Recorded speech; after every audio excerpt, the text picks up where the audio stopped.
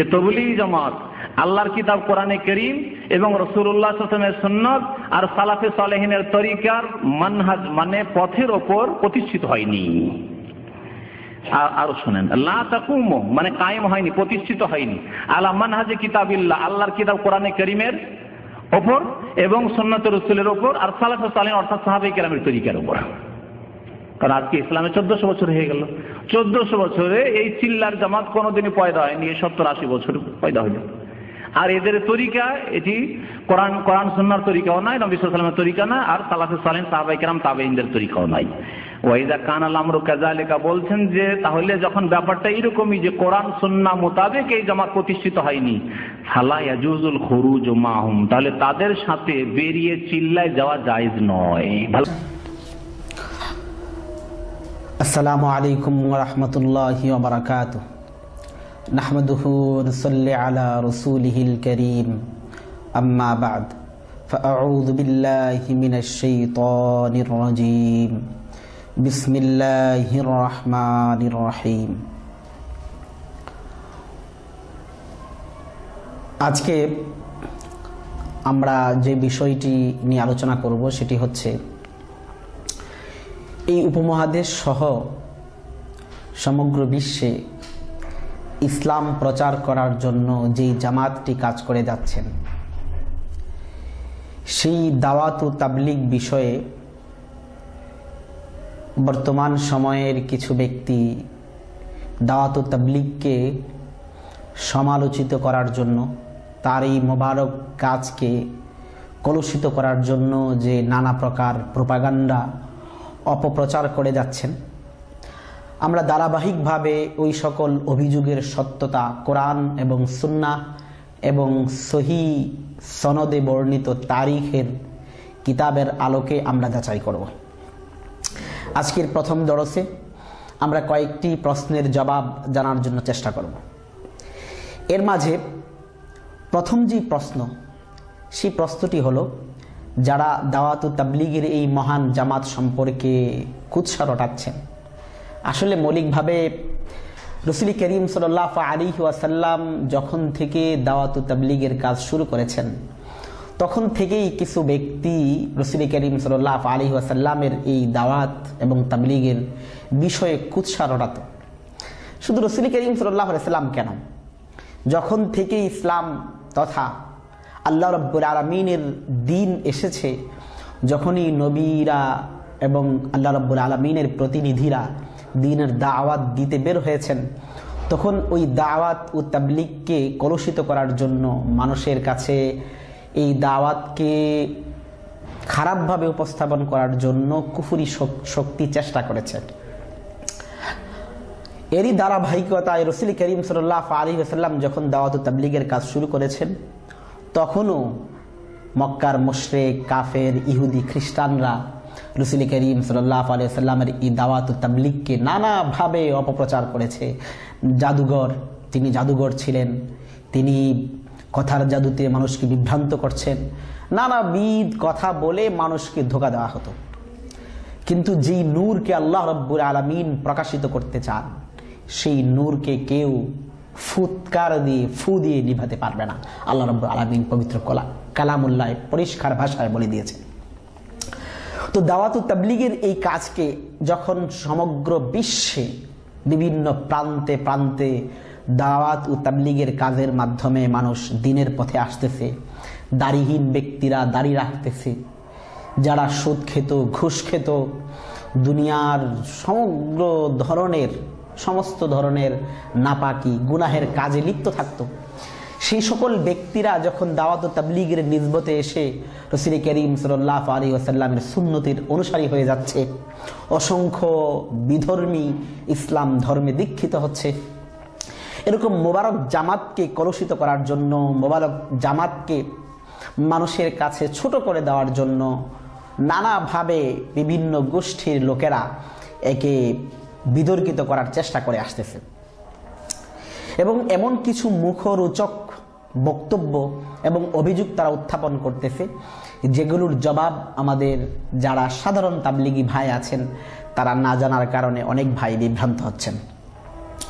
আমরা তাবলিগ জামাতের উপরে উত্থাপিত বিভিন্ন প্রশ্নের জবাব আমরা কোরআন এবং সুন্নাহের আলোকে দেখার চেষ্টা করব যে আসলে ওই সকল অভিযোগগুলো কি আসলেই সত্য অভিযোগ, নাকি শুধুমাত্র সমালোচনা করার জন্য এবং এই মোবারক জামাতের মোবারক কর্মকে কলুষিত করার জন্য হিংসাত্মক এবং হিংসামূলক বক্তব্য, সেটা আমরা দেখব। এর মাঝে এক নাম্বার একটি বক্তব্য হলো, সেই বক্তব্যটি হচ্ছে যারা দাওয়াত ও তাবলিগের কাজকে কলুষিত করতে চান তাদের একটি বক্তব্য হচ্ছে যে দাওয়াত ও তাবলিগের যেই বর্তমান যে পদ্ধতিটা রয়েছে, যা ইলিয়াস রহমতুল্লাহ আলাইহি এর মাধ্যমে প্রচলিত হয়েছে, এটা বেদাতি তরিকা। এটা রাসূল করিম সাল্লাল্লাহু আলাইহি ওয়াসাল্লামের জমানায় ছিল না। যেহেতু রাসূল করিম সাল্লাল্লাহু আলাইহি ওয়াসাল্লামের জমানায় এই পদ্ধতিতে 6 উসুলের ভিত্তিতে এবং এই গাস্ত, তারপরে চিল্লা ইত্যাদি পদ্ধতিতে, যেহেতু রাসূল করিম সাল্লাল্লাহু আলাইহি ওয়াসাল্লামের জমানায় দাওয়াত ও তাবলীগের কাজ ছিল না, আর এটি নতুন আবিষ্কৃত হয়েছে, নতুনভাবে করা হচ্ছে, সুতরাং এটি বিদআত, এটি পরিত্যাজ্য বিষয়। তারা দলিল দিয়ে থাকে কুল্লু বিদআতিন দালালা ওয়া কুল্লু দালালাতিন ফিন্নার। আসলে এই অভিযোগটা শুনতে খুবই মনে হবে যে খুবই যৌক্তিক একটি প্রশ্ন এবং খুব যৌক্তিক একটি অভিযোগ। আসলে মৌলিকভাবে এটি একটি হাস্যকর অভিযোগ। এই জন্য হাস্যকর অভিযোগ, আমরা যদি বিদআতের সংজ্ঞা ভালো করে জানি তাহলে এই বিষয়টি যে হাস্যকর অভিযোগ সেটি আমাদের কাছে পরিষ্কার হয়ে যাবে এবং পরিস্ফুটিত হয়ে যাবে। আসলে বিদআতের সংজ্ঞা না জানার কারণে এই প্রশ্নটি অনেকে করে থাকেন যে তাবলীগের বর্তমান পদ্ধতিটি এটি নাজায়েজ এবং এটি একটি বিদআতি পদ্ধতি। আমাদের অনেক বেদাতি ভাইয়েরও এরকম প্রশ্ন করে থাকেন যে বর্তমান চেয়ার টেবিল বেদাত, যদি মিলাদ কিয়াম বেদাত হয়ে থাকে তাহলে চেয়ার টেবিল বেদাত, এরকম কথাও আমাদের কিছু ভাইরা বলে থাকেন। আসলে বেদাতের সংজ্ঞা না জানার কারণে এই কথাটা বলে থাকেন। বেদাতের সংজ্ঞা কি আমরা হাদিসের আলোকে দেখি। রাসূল করিম সাল্লাল্লাহু আলাইহি ওয়াসাল্লাম থেকে হযরত আয়েশা সিদ্দিকা রাদিয়াল্লাহু তাআলা আনহা একটি হাদিস বর্ণনা করেছেন। হাদিসটি হচ্ছে এই, মান আহদাসা ফি আমরিনা হাযা মা লাইসা মিনহু ফাহুয়া রাদ্দুন, আও কামা ক্বালা আলাইহিস সালাতু ওয়াস সালাম। এই হাদিসটি সহিহ, একাধিক সুনান গ্রন্থে এই হাদিসটি এসেছে। রাসূল করিম সাল্লাল্লাহু আলাইহি ওয়াসাল্লাম এই হাদিসের মধ্যে মৌলিকভাবে বেদাতের পূর্ণাঙ্গ সংজ্ঞাটা বলে দিয়েছেন। এখানে নবী বলতেছেন মান আহদাসা, যে ব্যক্তি নব আবিষ্কার করবে, নতুন উদ্ভাবন করবে, ফি আমরিনা আই ফি মাযহাবিনা ফি দীনিনা, আমাদের দ্বীনে, ফি দ্বীন, দ্বীনের ভিতরে যদি কোনো ব্যক্তি নতুন বিষয়কে আবিষ্কার করে, মা লাইসা মিনহু, যেটা ওই দ্বীনের অন্তর্ভুক্ত ছিল না, ফাহুয়া রাদ্দুন আই মারদুদুন, তাহলে ওই কাজটি মারদুদ হবে, পরিত্যাজ্য হবে, কারণ সেটি বিদআত। এখানে কয়েকটি বিষয় বুঝতে হবে যে রাসূল করিম সাল্লাল্লাহু আলাইহি ওয়াসাল্লাম কি বলেছেন, যে মান আহদাসা ফি আমরিনা, অর্থাৎ এক নম্বর বিষয় হচ্ছে যে যে কাজটা হবে সেটা নতুন বিষয় হতে হবে। যেই নতুন বিষয়টা নবীর জমানায়, সাহাবীর জমানায়, তাবেঈনদের জমানায়, যে সকল জমানাকে রাসূল করিম সাল্লাল্লাহু আলাইহি ওয়াসাল্লাম সার্টিফাই করেছেন, স্বীকৃতি দিয়েছেন, সেই সকল জমানা এটি ছিল না, নতুন আবিষ্কার। তাহলে এক নম্বর বিষয় হচ্ছে বেদাত, কোনো বিষয় বেদাত হওয়ার জন্য এক নম্বর বিষয় হচ্ছে যে এটা নতুন বিষয় হতে হবে, যার কোনো নজির পূর্বে নেই। দুই নম্বর বিষয় হচ্ছে ফি দীনিনা, ফি আমরিনা, অর্থাৎ এটা দ্বীনের ভিতরের অংশ হতে হবে, অর্থাৎ এমন একটা আমল যেটাকে বলতে হবে যে এটা দ্বীন, এইটা এই ফুল বিষয়টাই দ্বীনের কাজ, মানে এটা ফরজ, এটা ওয়াজিব, এটা সুন্নত, মানে শরীয়তের অন্তর্ভুক্ত বিষয় মনে করতে হবে। যদি সেটাকে শরীয়তের অন্তর্ভুক্ত বিষয় না মনে করা হয়, যেমন চেয়ার টেবিল, মোবাইল, কম্পিউটার, বিমান ইত্যাদি বিষয়, কোনোটা সবকটি নতুন বিষয় যেগুলো রসুলের জমানায় ছিল না। বিমান ছিল না রসুলের জমানায়, জাহাজ ছিল, তারপরে এমনিভাবে মোবাইল ছিল না, কম্পিউটার ছিল না, ক্যামেরা ছিল না, কিন্তু এগুলো কোনোটা, তাহলে এগুলো বর্তমানে নতুন বিষয়, কিন্তু এর কোনোটাই কিন্তু দ্বীনের বিষয় না, ফি দ্বীন না, দ্বীনের মধ্যে নতুন আবিষ্কার নয়। এগুলো দুনিয়ার প্রয়োজন আবিষ্কার করা হয়েছে, এর কোনোটাকেই কেউ কথা বলেন না যে এগুলো দ্বীনের বিষয় বা এগুলো করলে দ্বীনের কোনো বিষয় আসবে। এরপরে বলা হয়েছে যে এর কোনো নজির যদি না থাকে এবং সেটাকে দ্বীনের অংশ মনে করা হয় তাহলে সেটা হবে রদ্দুন, অর্থাৎ সেটা মরদুদ হবে, পরিত্যাজ্য হবে, সেটা বেদাত হবে। কিন্তু যদি দ্বীনের উপকারের জন্য কোনো কিছু আবিষ্কার করা হয়, ফিদ্দীন না লিদ্দীন হয়, মানে দ্বীনের উপকারের জন্য কোনো কিছু আবিষ্কার করা হয়, সেটা বেদাত হবে কিনা?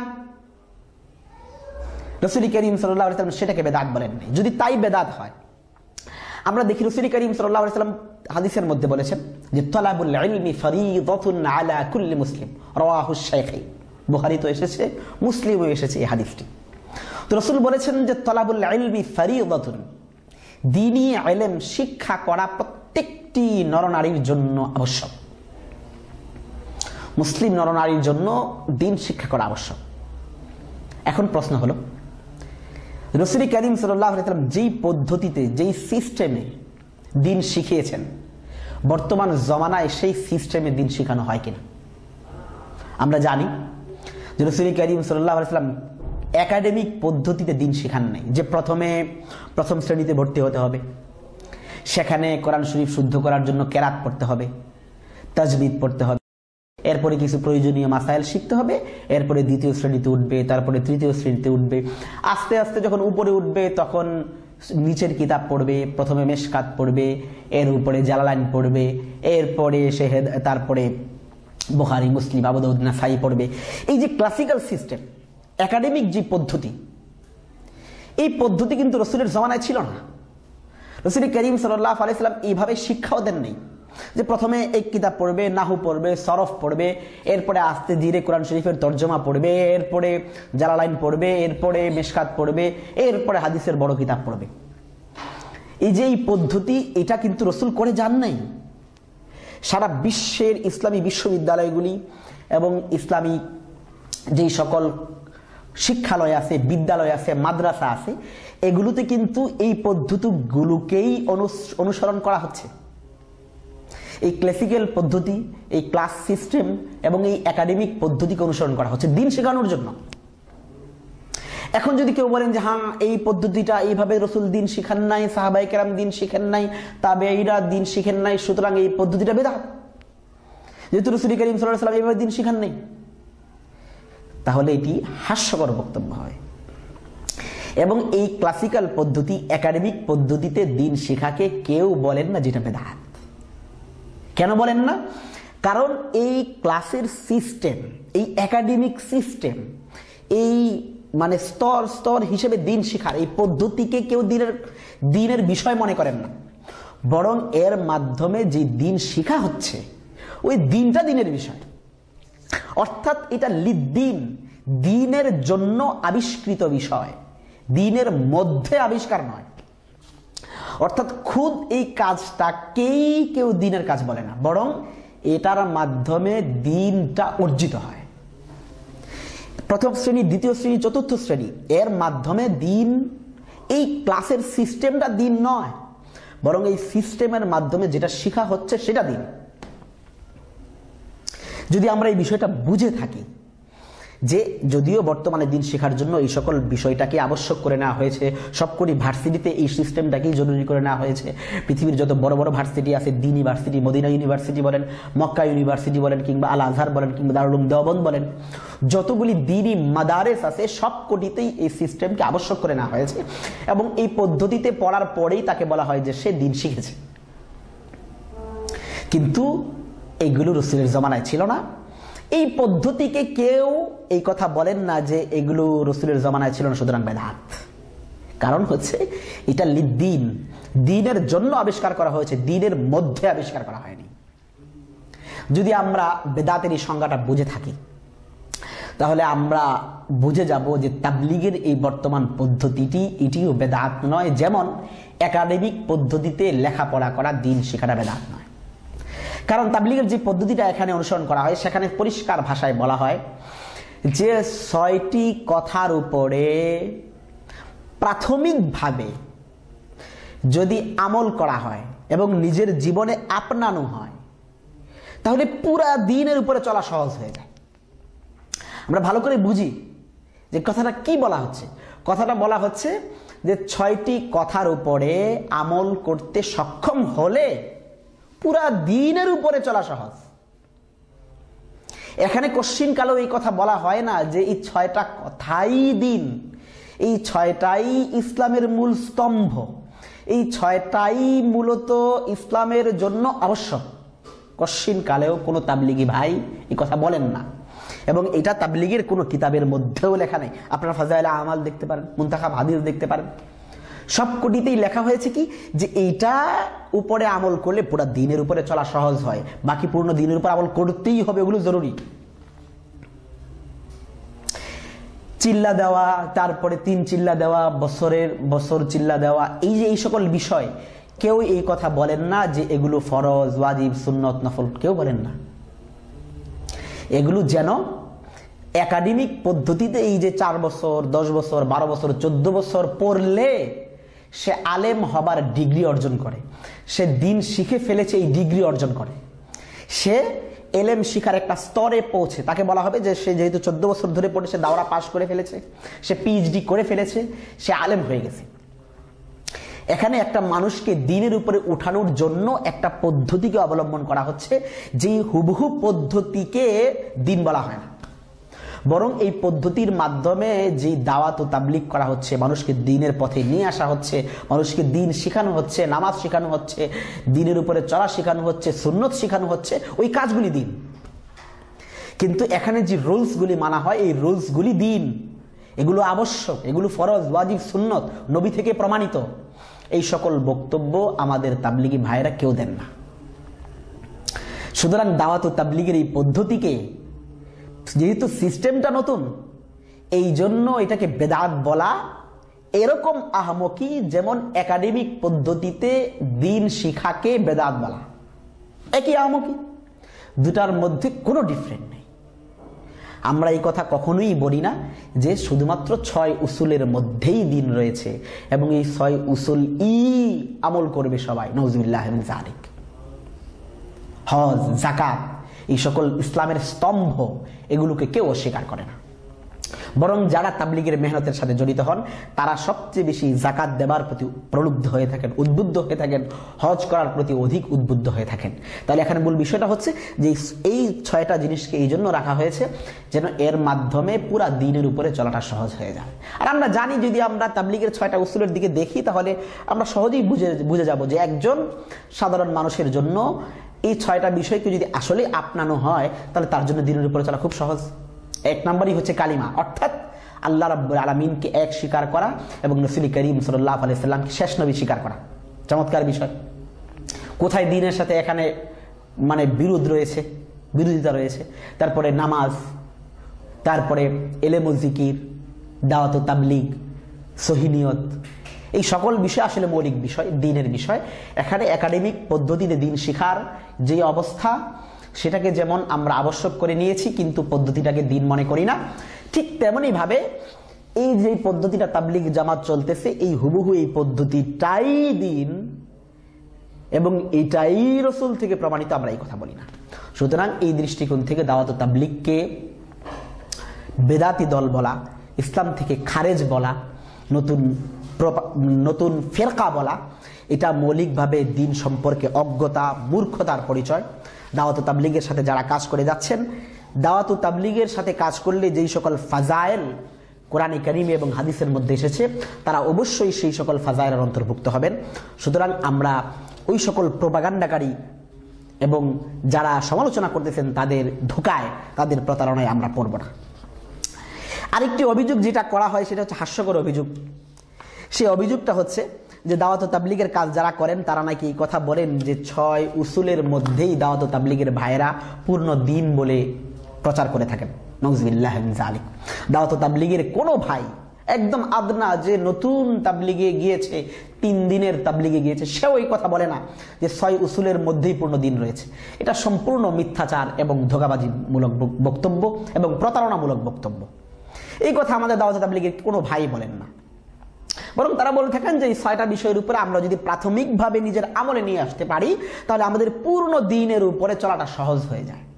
সুতরাং এর উপরে বক্তব্য দিয়ে এই কথা বলা যে এখানে 6 উসুলের মধ্যে পূর্ণ দ্বীনের কথা বলা হয়েছে, এটা আসলে প্রতারণা ছাড়া কিছু হবে না। যে আমাদের সামনে একটি বই রয়েছে, যিনি লিখেছেন কোরআন ও সুন্নাহর আলোকে তাবলীগ জামাত ও তাবলীগে দ্বীন। এই যে এই বইটা যিনি লিখেছেন অধ্যাপক মোহাম্মদ আব্দুল গনি MA, প্রাক্তন বিভাগীয় প্রধান, ইসলামের ইতিহাস ও সংস্কৃতি বিভাগ, সহকারী আশেক মাহমুদ বিশ্ববিদ্যালয় কলেজ জামালপুর।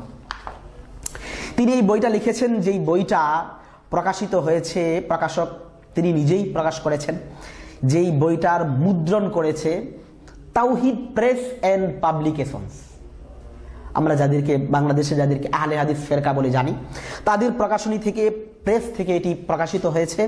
প্রাপ্তি স্থান লেখা হয়েছে বাংলাদেশ জমিয়তে আহলে হাদিস এবং তাওহীদ পাবলিকেশনস এবং হুসাইন আল মাদানী প্রকাশনী, সেকান্দর হুমিউ হল, এই সকল লাইব্রেরি থেকে এটা পাওয়া যাবে বলে এটা ছড়ানো হচ্ছে, যার নাম হচ্ছে তাবলীগ জামাত ও তাবলীগে দ্বীন।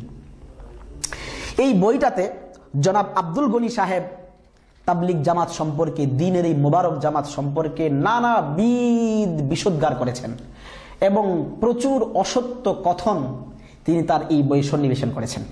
এর মধ্যে তার একটি বক্তব্য হচ্ছে এই যে 6 উসুল ও 5 মূল স্তম্ভ, এই শিরোনামে তিনি 32 নং পৃষ্ঠায় তিনি একটি শিরোনাম কায়েম করেছেন। তিনি সেখানে লিখেছেন যে তাদের বাড়াবাড়ির আরও একটি উদাহরণ দিচ্ছি, তারা ইসলামের 5টি মূল ভিত্তির পরিবর্তে 6 উসুলের প্রবর্তন করেছে। নাউজুবিল্লাহি মিন যালিক।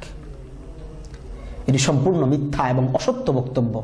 ইসলামের মূল স্তম্ভকে বাদ দিয়ে 6 উসুলের প্রবর্তন করা হয়েছে, এটি মিথ্যাচার। ইসলামের মূল স্তম্ভ যেই ব্যক্তি অস্বীকার করবে সে সুস্পষ্টভাবে কাফের, এতে কোনো সন্দেহ নেই।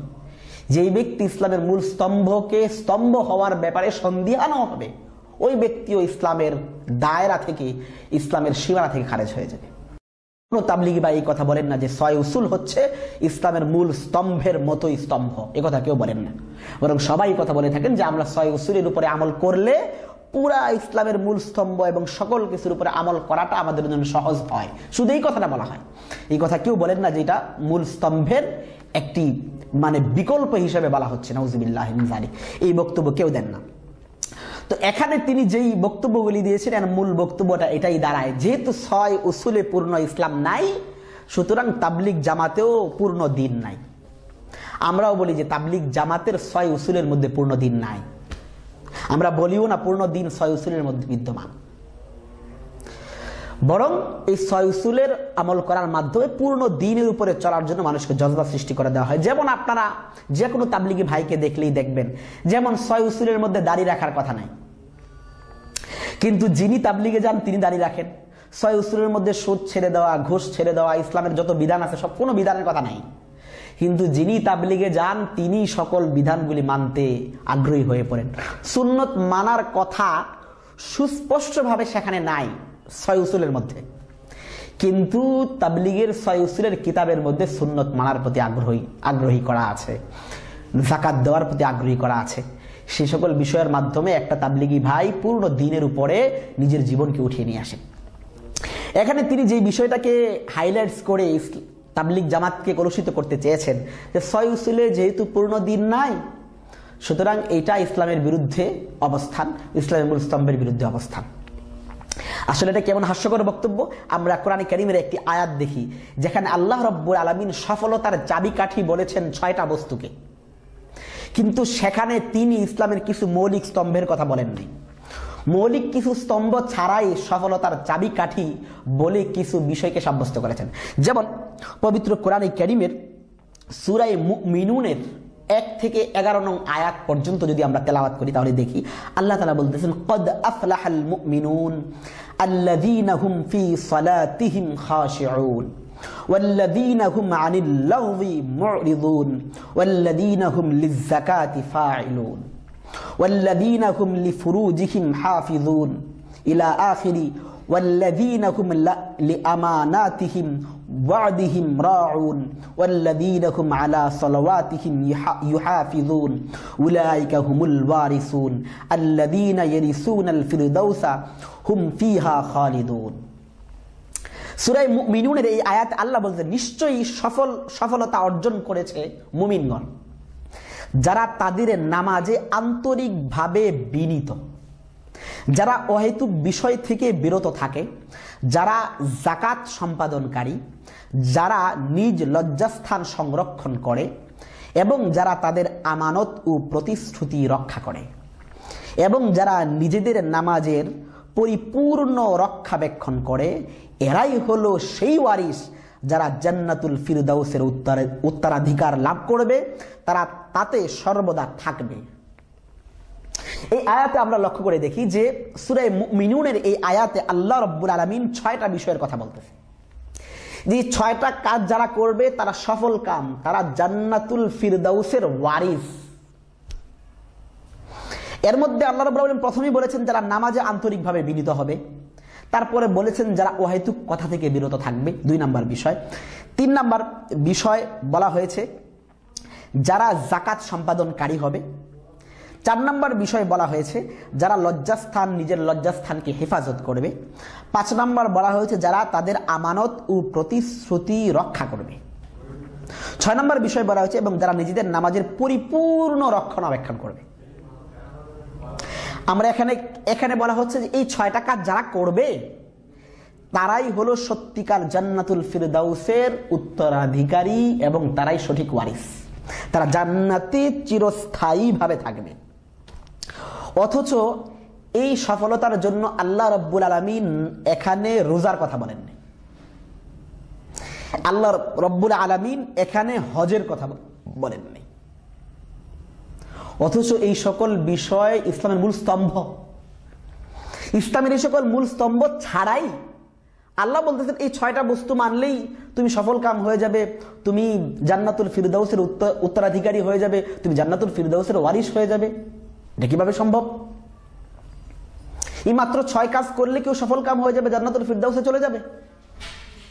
যদি তাদের বক্তব্য অনুযায়ী কোনো কথায়, কোনো আলোচনায় যদি ইসলামের সবকটি স্তম্ভ ছাড়াই কেউ মুক্তি পেতে পারে, জান্নাতে যাওয়ার পথে যেতে পারে, এই কথাটা নতুন বিদআত হয়, ইসলামের মূলে কুঠারাঘাত হয়ে থাকে, তাহলে আল্লাহ রাব্বুল আলামিনের এই আয়াত যেখানে তিনি ইসলামের মূল স্তম্ভ নামাজ এবং হজকে ছাড়াই সফল কাম বলতেছেন, তাহলে এই আয়াতের ক্ষেত্রে ওই সকল ভাইদের কি বক্তব্য হবে?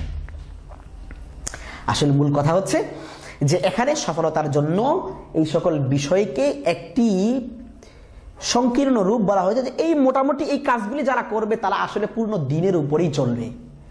যেমন 6 উসুলের ক্ষেত্রেও তাবলিগি ভাইয়েরা বলে থাকেন যে এই 6 উসুল যদি কেউ মানতে শুরু করে দেয় তাহলে তার পূর্ণ দ্বীনটা মানা তার জন্য সহজ হয়ে যায়। কেউ এই কথা বলেন না যে 6 উসুলের মধ্যেই দ্বীন রয়েছে। তো আমরা যারা তাদের এই সকল প্রোপাগান্ডায় বিভ্রান্ত হচ্ছি, দয়া করে তাদের এই সকল কথায় বিভ্রান্ত হবেন না। দাওয়াত ও তাবলীগ এটি ইসলামের একটি মৌলিক কাজ, যার মাধ্যমে অসংখ্য মানুষ হেদায়েতের পথে আসতেছে। সুন্নতহীন জীবন সুন্নতে পাল্টে যাচ্ছে, অসংখ্য দাড়িহীন মানুষ দাড়ি রাখতেছে, সুদখোর সুদ ছেড়ে দিচ্ছে, ঘুষখোর ঘুষ ছেড়ে দিচ্ছে, সন্ত্রাসী তাদের সন্ত্রাসী কাজ ছেড়ে দিচ্ছে, অসংখ্য মানুষ গুনাহের কাজ ছেড়ে দিয়ে সুন্নতের পাবন্দ হয়ে যাচ্ছে। এরকম মুবারক জামাত সম্পর্কে কিছু ব্যক্তিদের বিভ্রান্তমূলক বক্তব্য শুনেই নিজেদেরকে তাদের কথায় নিজের জীবনকে পাল্টে ফেলবেন না। দাওয়াত ও তাবলীগ সম্পর্কে বিভ্রান্তিমূলক বক্তব্য নিজেও বলবেন না, অন্যদেরকেও বলতে তাদেরকে উৎসাহিত করবেন না, বরং এই ব্যাপারে মানুষকে বোঝানোর জন্য চেষ্টা করবেন। আল্লাহ তাআলা আমাদেরকে তৌফিক দান করুন।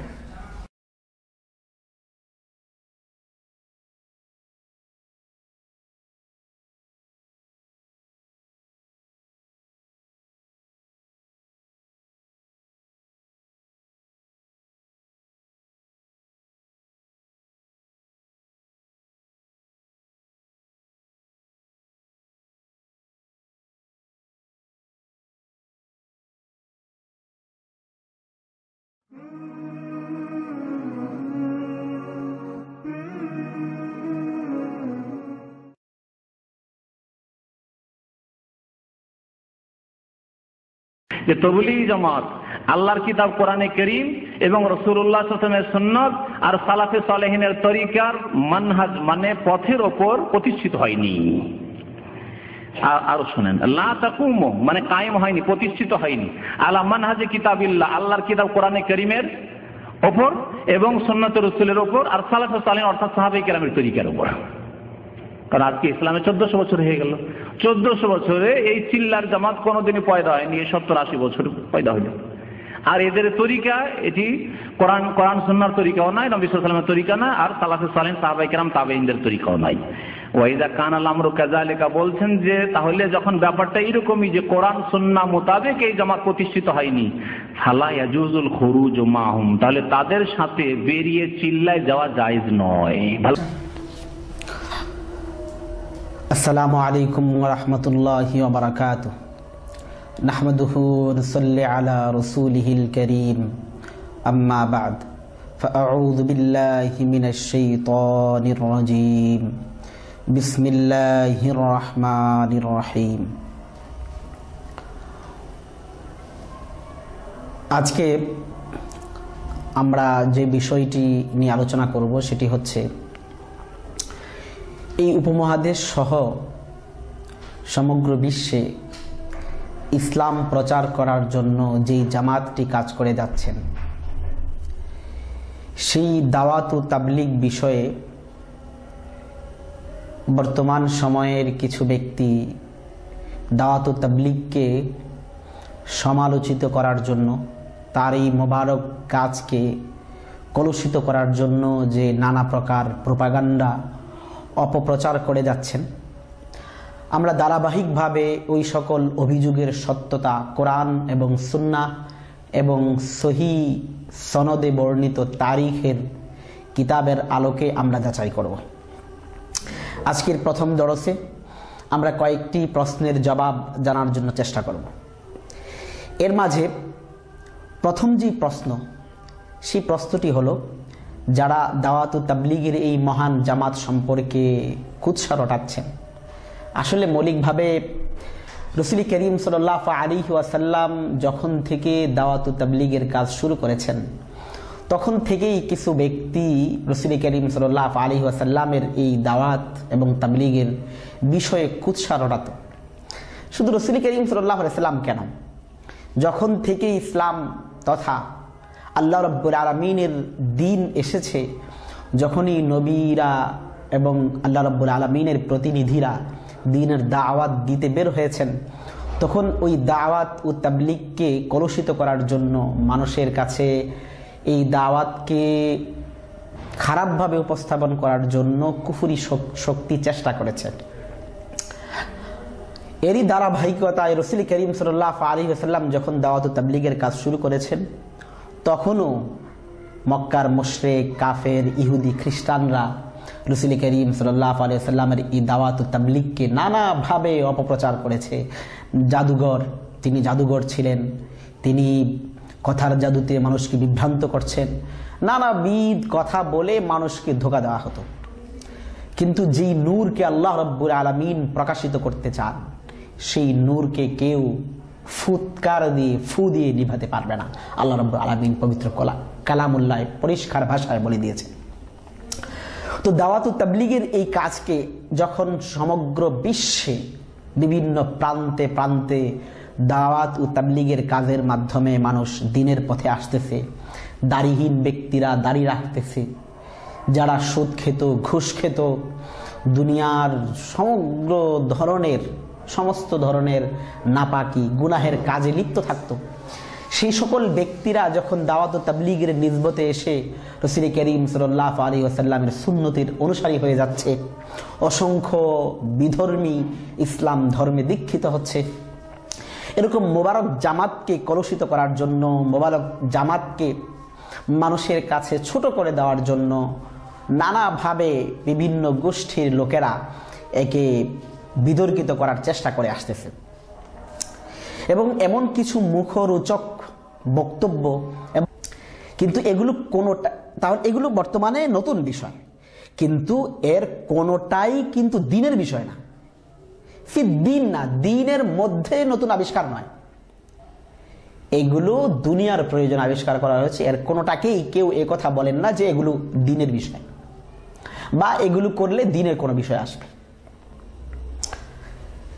এরপরে বলা হয়েছে যে এর কোনো নজির যদি না থাকে এবং সেটাকে দ্বীনের অংশ মনে করা হয় তাহলে সেটা হবে রদ্দুন, অর্থাৎ সেটা মরদুদ হবে, পরিত্যাজ্য হবে, সেটা বেদাত হবে। কিন্তু যদি দ্বীনের উপকারের জন্য কোনো কিছু আবিষ্কার করা হয়, ফিদ্দীন না লিদ্দীন হয়, মানে দ্বীনের উপকারের জন্য কোনো কিছু আবিষ্কার করা হয়, সেটা বেদাত হবে কিনা? রাসূল করিম সাল্লাল্লাহু আলাইহি ওয়াসাল্লাম সেটাকে বেদাত বলেননি। যদি তাই বেদাত হয়, আমরা দেখি রাসূল করিম সাল্লাল্লাহু আলাইহি ওয়াসাল্লাম হাদিসের মধ্যে বলেছেন যে তালাবুল ইলমি ফরিদাতুন আলা কুল্লি মুসলিম, রাওয়াহু শাইখাই। বুখারীতে এসেছে, মুসলিমও এসেছে এই হাদিসটি। তো রাসূল বলেছেন যে তালাবুল ইলমি ফরিদাতুন, দ্বীনি ইলম শিক্ষা করা প্রত্যেকটি নরনারীর জন্য আবশ্যক। মুসলিম নরনারীর জন্য দ্বীন শিক্ষা করা আবশ্যক। এখন প্রশ্ন হলো, রাসূল করিম সাল্লাল্লাহু আলাইহি ওয়াসাল্লাম যেই পদ্ধতিতে, যেই সিস্টেমে দ্বীন শিখিয়েছেন, বর্তমান জমানায় সেই সিস্টেমে দ্বীন শেখানো হয় কিনা? আমরা জানি যে রাসূল করিম সাল্লাল্লাহু আলাইহি ওয়াসাল্লাম একাডেমিক পদ্ধতিতে দ্বীন শেখান নাই, যে প্রথম শ্রেণীতে ভর্তি হতে হবে, সেখানে কোরআন শরীফ শুদ্ধ করার জন্য কেরাত পড়তে হবে, তাজবিদ পড়তে হবে, এরপরে কিছু প্রয়োজনীয় মাসাইল শিখতে হবে, এরপরে দ্বিতীয় শ্রেণীতে উঠবে, তারপরে তৃতীয় শ্রেণীতে উঠবে, আস্তে আস্তে যখন উপরে উঠবে তখন নিচের কিতাব পড়বে, প্রথমে মেশকাত পড়বে, এর উপরে জালালাইন পড়বে, এরপরে তারপরে বুখারী, মুসলিম, আবু দাউদ, নাসাই পড়বে। এই যে ক্লাসিক্যাল সিস্টেম, একাডেমিক যে পদ্ধতি, এই পদ্ধতি কিন্তু রাসূলের জামানায় ছিল না। রাসূল করিম সাল্লাল্লাহু আলাইহি ওয়াসাল্লাম এইভাবে শিক্ষাও দেন নাই যে প্রথমে এক কিতাব পড়বে, নাহু পড়বে, সরফ পড়বে, এরপরে আস্তে ধীরে কোরআন শরীফের তরজমা পড়বে, এরপরে জালালাইন পড়বে, এরপরে মিশকাত পড়বে, এরপরে হাদিসের বড় কিতাব পড়বে। এই যে এই পদ্ধতি, এটা কিন্তু রাসূল করে যান নাই। সারা বিশ্বের ইসলামী বিশ্ববিদ্যালয়গুলি এবং ইসলামী যেই সকল শিক্ষালয় আছে, বিদ্যালয় আছে, মাদ্রাসা আছে, এগুলোতে কিন্তু এই পদ্ধতিগুলোকেই অনুসরণ করা হচ্ছে। এই ক্লাসিক্যাল পদ্ধতি, এই ক্লাস সিস্টেম এবং এই একাডেমিক পদ্ধতিকে অনুসরণ করা হচ্ছে দ্বীন শেখানোর জন্য। এখন যদি কেউ বলেন যে হ্যাঁ, এই পদ্ধতিটা এইভাবে রাসূল দ্বীন শিখান নাই, সাহাবায়ে কেরাম দ্বীন শিখেন নাই, তাবেঈরা দ্বীন শিখেন নাই, সুতরাং এই পদ্ধতিটা বেদাত, যেহেতু রাসূল করিম সাল্লাল্লাহু আলাইহি ওয়াসাল্লাম এইভাবে দ্বীন শিখান নাই, তাহলে এটি হাস্যকর বক্তব্য হয়। এবং এই ক্লাসিক্যাল পদ্ধতি, একাডেমিক পদ্ধতিতে দ্বীন শিখাকে কেউ বলেন না যেটা বেদাত। কেন বলেন না? কারণ এই ক্লাসের সিস্টেম, এই একাডেমিক সিস্টেম, এই মানে স্তর স্তর হিসেবে দ্বীন শিখার এই পদ্ধতিকে কেউ দ্বীনের বিষয় মনে করেন না, বরং এর মাধ্যমে যে দ্বীন শিখা হচ্ছে ওই দ্বীনটা দ্বীনের বিষয়। অর্থাৎ এটা লিদ্দীন, দ্বীনের জন্য আবিষ্কৃত বিষয়, দ্বীনের মধ্যে আবিষ্কার নয়। অর্থাৎ খুদ এই কাজটাকেই কেউ দ্বীনের কাজ বলে না, বরং এটার মাধ্যমে দ্বীনটা অর্জিত হয়। প্রথম শ্রেণী, দ্বিতীয় শ্রেণী, চতুর্থ শ্রেণী, এর মাধ্যমে দ্বীন, এই ক্লাসের সিস্টেমটা দ্বীন নয়, বরং এই সিস্টেমের মাধ্যমে যেটা শেখা হচ্ছে সেটা দ্বীন।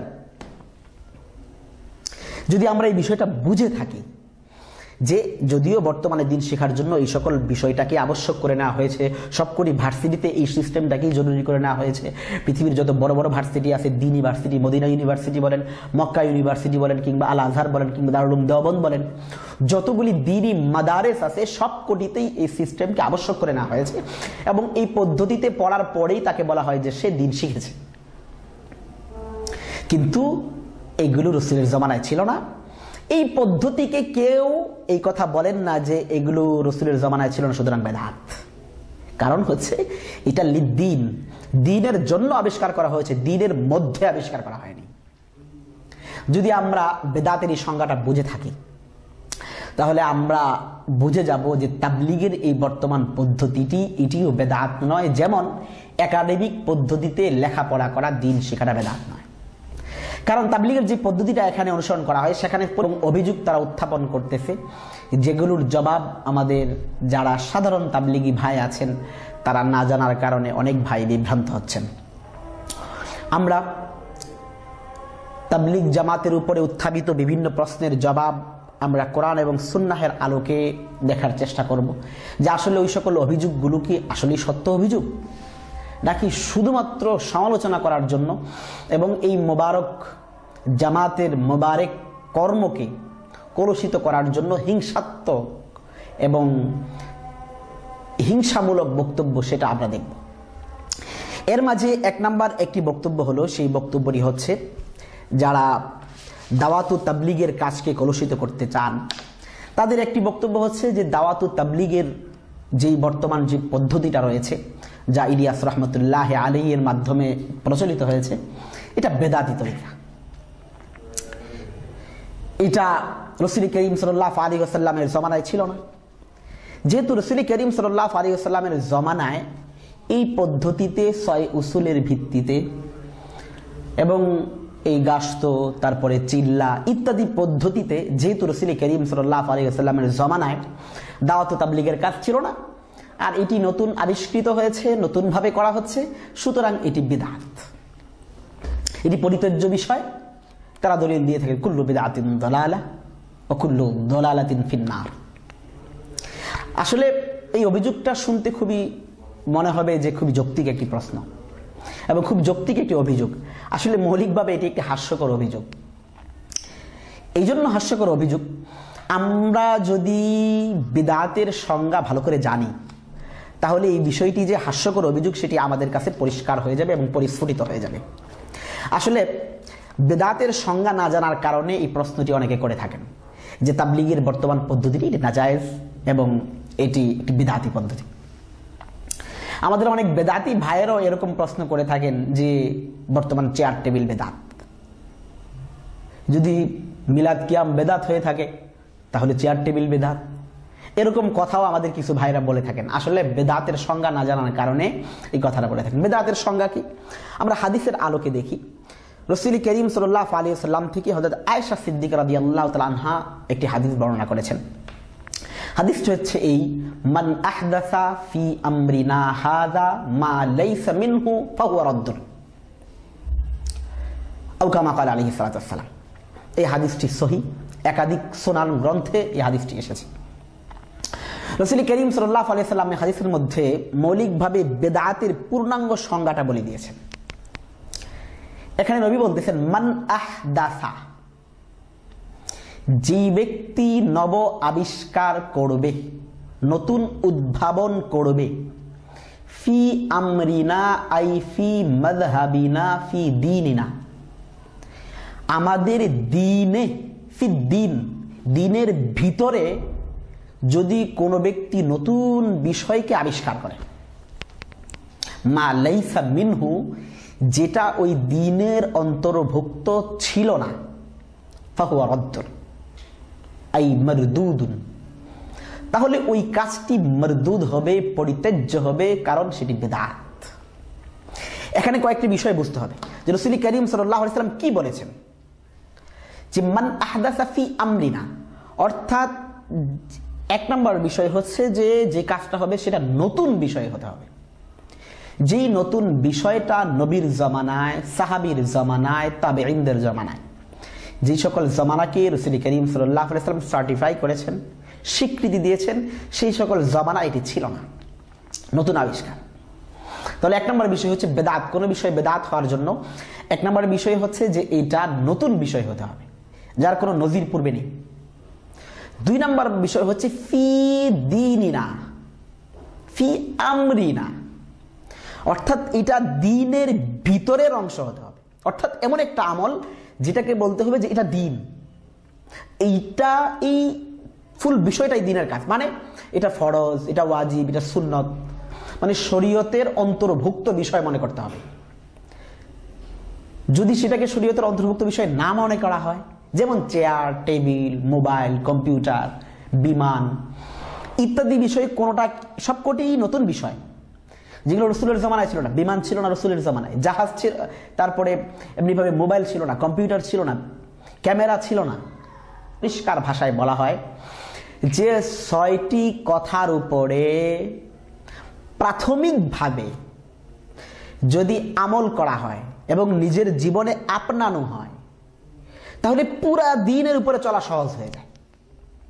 আমরা ভালো করে বুঝি যে কথাটা কি বলা হচ্ছে। কথাটা বলা হচ্ছে যে 6টি কথার উপরে আমল করতে সক্ষম হলে পুরা দিনের উপরে চলা সহজ।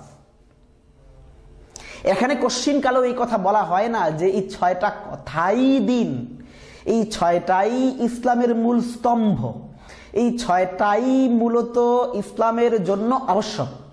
কোশ্চিন কালেও কোনো তাবলিগি ভাই এই কথা বলেন না, এবং এটা তাবলিগের কোনো কিতাবের মধ্যেও লেখা নেই। আপনারা ফাজাইল আমাল দেখতে পারেন, মুনতাখাব হাদিস দেখতে পারেন, সব কোটিতেই লেখা হয়েছে কি যে এইটা উপরে আমল করলে পুরো দিনের উপরে চলা সহজ হয়, বাকি পূর্ণ দিনের উপর আমল করতেই হবে, ওগুলো জরুরি। চিল্লা দেওয়া, তারপরে 3 চিল্লা দেওয়া, বছর চিল্লা দেওয়া, এই যে এই সকল বিষয় কেউ এই কথা বলেন না যে এগুলো ফরজ, ওয়াজিব, সুন্নত, নফল, কেউ বলেন না। এগুলো যেন একাডেমিক পদ্ধতিতে এই যে 4 বছর, 10 বছর, 12 বছর, 14 বছর পড়লে সে আলেম হবার ডিগ্রি অর্জন করে, সে দিন শিখে ফেলেছে এই ডিগ্রি অর্জন করে, সে এলেম শিখার একটা স্তরে পৌঁছে, তাকে বলা হবে যে সে যেহেতু 14 বছর ধরে পড়ে সে দাওরা পাশ করে ফেলেছে, সে পিএইচডি করে ফেলেছে, সে আলেম হয়ে গেছে। এখানে একটা মানুষকে দিনের উপরে উঠানোর জন্য একটা পদ্ধতিকে অবলম্বন করা হচ্ছে, যে হুবহু পদ্ধতিকে দিন বলা হয় না, বরং এই পদ্ধতির মাধ্যমে যে দাওয়াত ও তাবলীগ করা হচ্ছে, মানুষকে দিনের পথে নিয়ে আসা হচ্ছে, মানুষকে দিন শেখানো হচ্ছে, নামাজ শেখানো হচ্ছে, দিনের উপরে চলা শেখানো হচ্ছে, সুন্নত শেখানো হচ্ছে, ওই কাজগুলি দিন। কিন্তু এখানে যে রুলসগুলি মানা হয়, এই রুলসগুলি দিন, এগুলো আবশ্যক, এগুলো ফরজ, ওয়াজিব, সুন্নত, নবী থেকে প্রমাণিত। এই সকল বক্তব্য আমাদের তাবলীগী ভাইরা কেউ দেন না। সুতরাং দাওয়াত ও তাবলীগের এই পদ্ধতিকে, যেহেতু সিস্টেমটা নতুন, এই জন্য এটাকে বেদাত বলা এরকম আহমকি যেমন একাডেমিক পদ্ধতিতে দিন শিখাকে বেদাত বলা, একই আহমকি, দুটার মধ্যে কোনো ডিফারেন্ট নেই। আমরা এই কথা কখনোই বলি না যে শুধুমাত্র 6 উসুলের মধ্যেই দিন রয়েছে এবং এই 6 উসুল আমল করবে সবাই, নাউজুবিল্লাহ মিন যালিক। হজ, যাকাত, এই সকল ইসলামের স্তম্ভ, এগুলোকে কেউ অস্বীকার করে না, বরং যারা তাবলীগের মেহনতের সাথে জড়িত হন তারা সবচেয়ে বেশি যাকাত দেবার প্রতি প্রলুব্ধ হয়ে থাকেন, উদ্বুদ্ধ হয়ে থাকেন, হজ করার প্রতি অধিক উদ্বুদ্ধ হয়ে থাকেন। তাহলে এখানে মূল বিষয়টা হচ্ছে যে এই 6টা জিনিসকে এই জন্য রাখা হয়েছে যেন এর মাধ্যমে পুরা দিনের উপরে চলাটা সহজ হয়ে যায়। আর আমরা জানি, যদি আমরা তাবলীগের 6টা উসুলের দিকে দেখি তাহলে আমরা সহজেই বুঝে যাব যে একজন সাধারণ মানুষের জন্য এই 6টা বিষয়কে যদি আসলে আপনানো হয় তাহলে তার জন্য দিনের উপরে চলা খুব সহজ। 1 নম্বরই হচ্ছে কালিমা, অর্থাৎ আল্লাহ রাব্বুল আলামিনকে এক স্বীকার করা এবং নবী করিম সাল্লাল্লাহু আলাইহি সাল্লামকে শেষ নবী স্বীকার করা। চমৎকার বিষয়। কোথায় দিনের সাথে এখানে বিরোধিতা রয়েছে। তারপরে নামাজ, তারপরে ইলম ও জিকির, দাওয়াত ও তাবলীগ, সহিহ নিয়ত, এই সকল বিষয় আসলে মৌলিক বিষয়, দ্বীনের বিষয়। এখানে একাডেমিক পদ্ধতিতে দ্বীন শিখার যে অবস্থা, সেটাকে যেমন আমরা আবশ্যক করে নিয়েছি কিন্তু পদ্ধতিটাকে দ্বীন মনে করি না, ঠিক তেমনি ভাবে এই যে পদ্ধতিটা তাবলীগ জামাত চলতেছে, এই হুবহু এই পদ্ধতিটাই দ্বীন এবং এটাই রাসূল থেকে প্রমাণিত, আমরা এই কথা বলি না। সুতরাং এই দৃষ্টিকোণ থেকে দাওয়াত ও তাবলীগকে বেদাতি দল বলা, ইসলাম থেকে খারেজ বলা,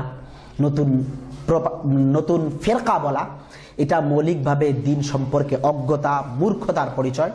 দাওয়াত ও তাবলীগের সাথে যারা কাজ করে যাচ্ছেন, দাওয়াত ও তাবলীগের সাথে কাজ করলে যেই সকল ফাজায়েল কোরআনে কারিমে এবং হাদিসের মধ্যে এসেছে তারা অবশ্যই সেই সকল ফাজায়েলের অন্তর্ভুক্ত হবেন। সুতরাং আমরা ওই সকল প্রোপাগান্ডাকারী এবং যারা সমালোচনা করতেছেন তাদের ধোঁকায়, তাদের প্রতারণায় আমরা পড়ব না। আরেকটি অভিযোগ যেটা করা হয় সেটা হচ্ছে হাস্যকর অভিযোগ। সেই অভিযোগটা হচ্ছে যে দাওয়াত ও তাবলীগের কাজ যারা করেন তারা নাকি এই কথা বলেন যে 6 উসুলের মধ্যেই দাওয়াত ও তাবলীগের ভাইরা পূর্ণ দিন বলে প্রচার করে থাকেন। নাউজুবিল্লাহ মিন যালিক। দাওয়াত ও তাবলীগের কোনো ভাই, একদম আদনা যে নতুন তাবলীগে গিয়েছে, 3 দিনের তাবলীগে গিয়েছে, সেও এই কথা বলে না যে 6 উসুলের মধ্যেই পূর্ণ দিন রয়েছে। এটা সম্পূর্ণ মিথ্যাচার এবং ধোঁকাবাজিমূলক বক্তব্য এবং প্রতারণামূলক বক্তব্য। এই কথা আমাদের দাওয়াত ও তাবলীগের কোনো ভাই বলেন না। বরং তারা বলে থাকেন যে এই 6টা বিষয়ের উপরে আমরা যদি প্রাথমিকভাবে নিজের আমলে নিয়ে আসতে পারি তাহলে আমাদের পূর্ণ দ্বীনের উপরে চলাটা সহজ হয়ে যায়। সুতরাং এর উপরে বক্তব্য দিয়ে এই কথা বলা যে এখানে 6 উসুলের মধ্যে পূর্ণ দ্বীনের কথা বলা হয়েছে, এটা আসলে প্রতারণা ছাড়া কিছু হবে না। যে আমাদের সামনে একটি বই রয়েছে, যিনি লিখেছেন কোরআন ও সুন্নাহর আলোকে তাবলীগ জামাত ও তাবলীগে দ্বীন। এই যে এই বইটা যিনি লিখেছেন অধ্যাপক মোহাম্মদ আব্দুল গনি MA, প্রাক্তন বিভাগীয় প্রধান, ইসলামের ইতিহাস ও সংস্কৃতি বিভাগ, সহকারী, আশেক মাহমুদ বিশ্ববিদ্যালয় কলেজ, জামালপুর। তিনি এই বইটা লিখেছেন, যেই বইটা প্রকাশিত হয়েছে, প্রকাশক তিনি নিজেই প্রকাশ করেছেন, যেই বইটার মুদ্রণ করেছে তাওহিদ প্রেস এন্ড পাবলিকেশনস। আমরা যাদেরকে বাংলাদেশে যাদেরকে আহলে হাদিস ফেরকা বলে জানি, তাদের প্রকাশনী থেকে, প্রেস থেকে এটি প্রকাশিত হয়েছে। প্রাপ্তি স্থান লেখা হয়েছে বাংলাদেশ জমিয়তে আহলে হাদিস এবং তাওহিদ পাবলিকেশনস এবং হুসাইন আল মাদানী প্রকাশনী, সেকান্দর হুমিউ হল, এই সকল লাইব্রেরি থেকে এটা পাওয়া যাবে বলে এটা ছড়ানো হচ্ছে, যার নাম হচ্ছে তাবলীগ জামাত ও তাবলীগে দ্বীন। এই বইটাতে জনাব আব্দুল গনি সাহেব তাবলীগ জামাত সম্পর্কে, দ্বীনের এই মোবারক জামাত সম্পর্কে নানাবিধ বিষোদ্গার করেছেন এবং প্রচুর অসত্য কথন তিনি তার এই বই সন্নিবেশন করেছেন। এর মধ্যে তার একটি বক্তব্য হচ্ছে এই যে 6 উসুল ও 5 মূল স্তম্ভ, এই শিরোনামে তিনি 32 নং পৃষ্ঠায় তিনি একটি শিরোনাম কায়েম করেছেন। তিনি সেখানে লিখেছেন যে তাদের বাড়াবাড়ির আরও একটি উদাহরণ দিচ্ছি, তারা ইসলামের 5টি মূল ভিত্তির পরিবর্তে 6 উসুলের প্রবর্তন করেছে। নাউজুবিল্লাহ মিন যালিক। এটি সম্পূর্ণ মিথ্যা এবং অসত্য বক্তব্য। ইসলামের মূল স্তম্ভকে বাদ দিয়ে 6 উসুলের প্রবর্তন করা হয়েছে, এটি মিথ্যাচার। ইসলামের মূল স্তম্ভ যেই ব্যক্তি অস্বীকার করবে সে সুস্পষ্টভাবে কাফের, এতে কোনো সন্দেহ নেই। যেই ব্যক্তি ইসলামের মূল স্তম্ভকে স্তম্ভ হওয়ার ব্যাপারে সন্দিহানও হবে, ওই ব্যক্তিও ইসলামের দায়রা থেকে, ইসলামের সীমানা থেকে খারেজ হয়ে যাবে। কোনো তাবলীগী ভাই এই কথা বলেন না যে 6 উসুল হচ্ছে ইসলামের মূল স্তম্ভের মতোই স্তম্ভ, এ কথা কেউ বলেন না। বরং সবাই কথা বলে থাকেন যে আমরা 6 উসুলের উপরে আমল করলে পুরা ইসলামের মূল স্তম্ভ এবং সকল কিছুর উপরে আমল করাটা আমাদের জন্য সহজ হয়, শুধু এই কথাটা বলা হয়। এই কথা কেউ বলেন না যে এটা মূল স্তম্ভের একটি বিকল্প হিসেবে বলা হচ্ছে। নাউজুবিল্লাহ মিন যালিক, এই বক্তব্য কেউ দেন না। তো এখানে তিনি যেই বক্তব্যগুলি দিয়েছিলেন, মূল বক্তব্যটা এটাই দাঁড়ায়, যেহেতু 6 উসুলে পূর্ণ ইসলাম নাই, সুতরাং তাবলীগ জামাতেও পূর্ণ দ্বীন নাই। আমরাও বলি যে তাবলীগ জামাতের 6 উসুলের মধ্যে পূর্ণ দ্বীন নাই। আমরা বলিও না পূর্ণ দ্বীন 6 উসুলের মধ্যে বিদ্যমান, বরং এই 6 উসুলের আমল করার মাধ্যমে পূর্ণ দ্বীনের উপরে চলার জন্য মানুষকে জজবা সৃষ্টি করে দেওয়া হয়। যেমন আপনারা যে কোনো তাবলীগী ভাইকে দেখলেই দেখবেন, যেমন 6 উসুলের মধ্যে দাড়ি রাখার কথা নাই, কিন্তু যিনি তাবলীগে যান তিনি দাড়ি রাখেন। 6 উসুলের মধ্যে সুদ ছেড়ে দেওয়া, ঘুষ ছেড়ে দেওয়া, ইসলামের যত বিধান আছে সব কোনো বিধানের কথা নাই, কিন্তু যিনি তাবলীগে যান তিনি সকল বিধানগুলি মানতে আগ্রহী হয়ে পড়েন। সুন্নত মানার কথা সুস্পষ্টভাবে সেখানে নাই 6 উসুলের মধ্যে, কিন্তু তাবলীগের 6 উসুলের কিতাবের মধ্যে সুন্নত মানার প্রতি আগ্রহী করা আছে, যাকাত দেওয়ার প্রতি আগ্রহী করা আছে। সেই সকল বিষয়ের মাধ্যমে একটা তাবলীগী ভাই পূর্ণ দ্বীনের উপরে নিজের জীবনকে উঠিয়ে নিয়ে আসে। এখানে তিনি যে বিষয়টাকে হাইলাইটস করে তাবলীগ জামাতকে কলুষিত করতে চেয়েছেন যে 6 উসুলে যেহেতু পূর্ণ দ্বীন নাই, সুতরাং এটা ইসলামের বিরুদ্ধে অবস্থান, ইসলামের মূল স্তম্ভের বিরুদ্ধে অবস্থান। আসলে এটা কেমন হাস্যকর বক্তব্য। আমরা কোরআনে কারীমের একটি আয়াত দেখি যেখানে আল্লাহ রাব্বুল আলামিন সফলতার চাবিকাঠি বলেছেন 6টা বস্তুকে, কিন্তু সেখানে তিনি ইসলামের কিছু মৌলিক স্তম্ভের কথা বলেননি। মৌলিক কিছু স্তম্ভ ছাড়াই সফলতার চাবিকাঠি বলে কিছু বিষয়কে সাব্যস্ত করেছেন। যেমন পবিত্র কোরআনে কারীমের সূরা মুমিনুনের 1 থেকে 11 নং আয়াত পর্যন্ত যদি আমরা তেলাওয়াত করি তাহলে দেখি আল্লাহ তাআলা বলতেছেন, ক্বাদ আফলাহাল মুমিনুন আল্লাযীনা হুম ফী সালাতিহিম খাশিউন ওয়াল্লাযীনা হুম আনিল লাগবি মুরিদুন ওয়াল্লাযীনা হুম লিয-যাকাতি ফাইলুন ওয়াল্লাযীনা হুম লিফুরুজিহিম হাফিজুন ইলা আখিরি ওয়াল্লাযীনা হুম লিআমানাতিহিম ওয়া'দিহিম রাউন ওয়াল্লাযীনা হুম